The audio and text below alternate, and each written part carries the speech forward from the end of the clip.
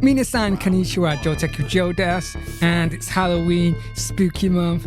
I'm playing Freddy Kruegar custom outfit thing. Yeah, so I customized Jin-Kasama as Freddy Kruegar. And I just seen it on customization. Like, why not? Got the claw, got the, I'll go for it. So yeah, grab your popcorn, your sweets and candy, yeah, just whatever, apple cider, I don't care. Just enjoy the matches. Custom music matches. Custom music. It's back. So yeah, listen to some cool music.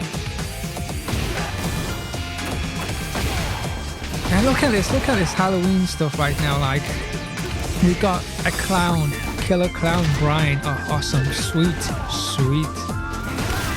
just like candy corn or toffee apple. But yeah, fun fact, Freddy Kruegar's outfit, like the stripes, he wears red and green.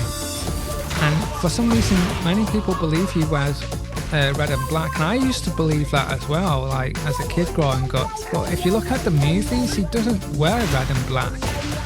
Like, I don't remember him wearing it. Mostly in the Nightmare on Elm Street movies, he wears green and black. So yeah, oh my god, I kind of grew up on Freddy Kruegar. Like, it was the first horror movie I seen. Like, my grandma, when I was 4 years old, put Freddy Kruegar on for me. Like, Nightmare on Elm Street 4. I was 4 years old and I said to my gran, hey, I want to watch this. I think it was my uncle's videotape. And I just begged her to watch it. I wanted to watch it. I wanted to know what it was about, you know what I mean? And yeah, I watched it for a long time. I just kept rewatching it whenever I was at my gran's. And I don't know what it was, but eventually I grew a conscience. Like, I ended up pricking my finger on a rose thorn and I bled, and then it hurt. And then I realized, oh wait, there's like other... Then I watch horror films and I'm watching Nightmare on Elm Street. I'm like, oh, these people bleed too. That's gotta hurt. And then it kind of, as a kid, like 4 years old, I realized, oh, this is pain. These people are not having a fun time. Like, okay. So like when like he gets the guy in the bed and he bleeds in the bed and stuff, like against the wall. But I don't know, like I realized, okay, sharp claws, that's sharp, that hurts, that makes people bleed. This guy's a scary dude, and it scared me. Honestly, I did not want to sleep. That's when I don't know. It's like my nan thought we didn't have any nightmares, but I think we were just too young at the time to understand it. And then when we grew a conscience, and yeah, that's it. So then I got scared of Freddy Kruegar. I literally got scared of him.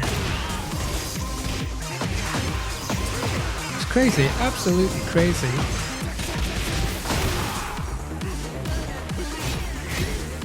Oh yeah, I actually did meet the guy. I actually met Robert Englund, who plays Freddy Kruegar. I met him at a signing. It was at like a book shop, like a comic shop. It's like a comic store. And he was just doing a signing on his book, and I just met the dude, and oh my god, it's like, I think it was just me and some other people. It was really slow. It wasn't, I thought there would be more people there, but there wasn't. It was kind of like late at night, you know what I mean? And we just went into a shop and he queued up, and yeah, I met him, and I told him, oh, we had a great conversation. He's a nice dude. He's such a friendly, nice man. He's just a good fellow. Like, I just told him, like, hi, I do acting work as well. I've done some stage work, and I just had any advice on acting you can give me. And he gave me some advice, and he literally told me to sit down. I said, oh man, like, he called me by my name, and he's like, oh John, sit down. And we were just talking, like, oh, you're an actor, oh that, and yeah, we just chatted about acting. It was crazy. Like the guy who scared me as a kid. I'm like, oh my god, he's right in front of my face, and we're just having some banging conversation on stuff, and we're like relating to each other, and it's like, oh my god. And then the starstruck kind of got to me, like, oh my god, the guy who scared me is talking to me in my face, like we're talking like best friends or something. It was, oh my god, it was crazy. And I think he's seen it in my eyes as well, that, you know, so he kind of backed off a little bit. He was a bit too close to my face, he really was. He went, oh, I gotta respect personal space and stuff. I'm like, yeah, got a bit carried away, but yeah. But he was a nice dude. And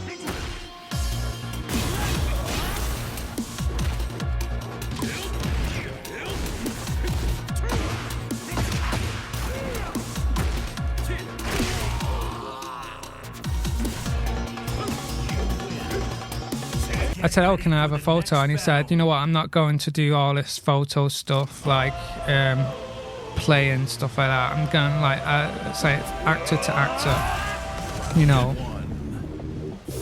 Like, we wear a mask so many times.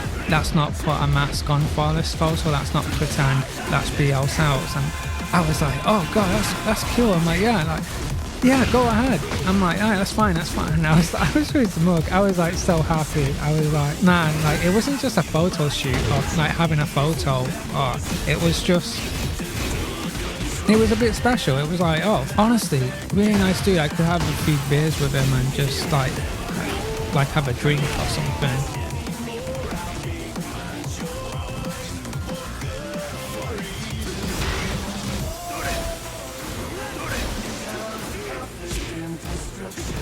Oh, my favourites. Nightmare on Elm Street. It's got to be the first one. I like the first one. Although the third one was okay. People do like the third one. I think how it goes is first, third, and the fourth one. All the others kind of just ruin it a little bit and they just don't get it. They don't understand it. But yeah, the first one I watched was Nightmare on Elm Street 4. And that's a good sequel, actually. Maybe not as good as the third, but it's okay. It's decent. It still carries on. It still has that thing. You have like Alice, who's now the last girl. I think it's Alice. And, you know, the redhead. And then, you know, I thought it's because she learns how to martial arts and she ends up fighting Freddy Krueger. She literally kicks Freddy Krueger's butt in the film, in the last act, in like this awesome church. Very artistic. Special effects were amazing. Like, hardly any CGI. It was really good special effects. I think it won an award for the effects. Absolutely, like they had a dummy where all the souls come out of Freddy Krueger. It was actually a literal big giant dummy, and they had people crawling in this stuff. It's crazy effects. Look it up, honestly.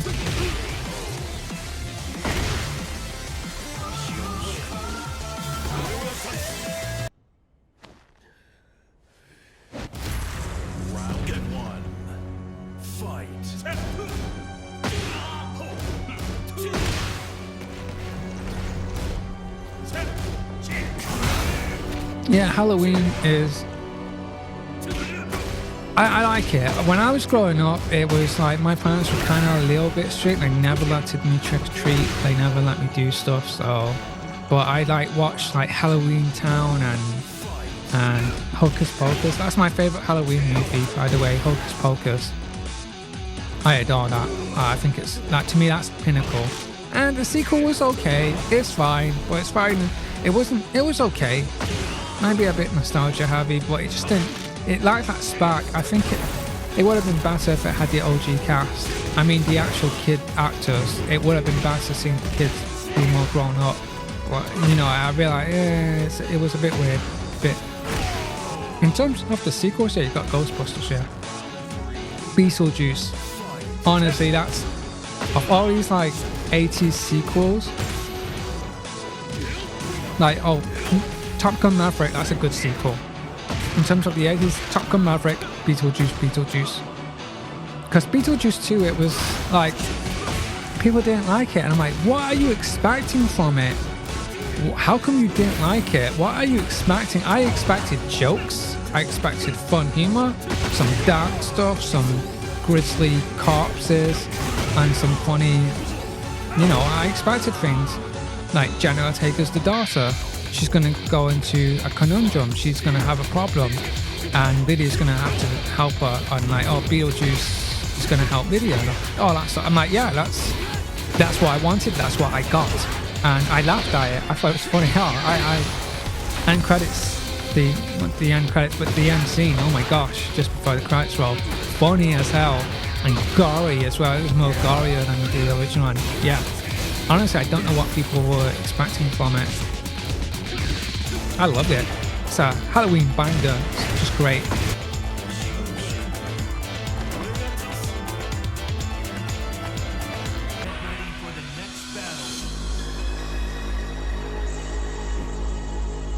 Yeah.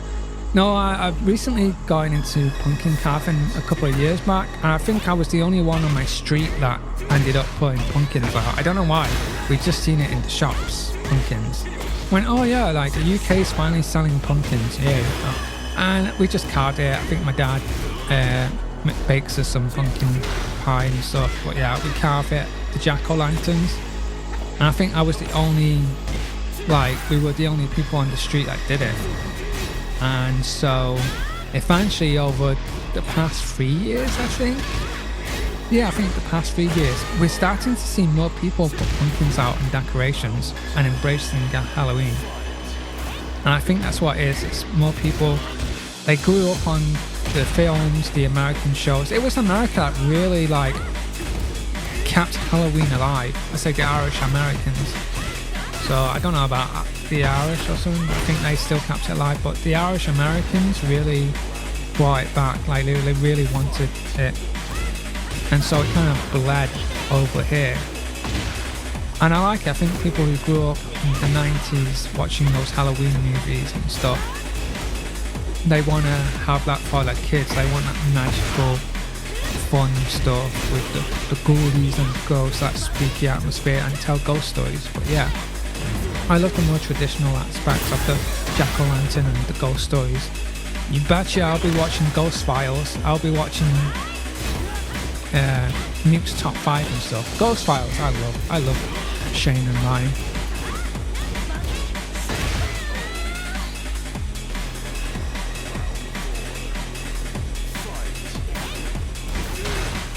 Yeah, I actually wanted to do more of the thing. The record, the runner thing, but my laptop just wouldn't do it for some reason. It just wouldn't record. It was really slow, my laptop, and I just went, my computer was just going crazy. I can't record any dialogue for it, so I went, yeah, screw it, I'll just upload the runner thing just in case.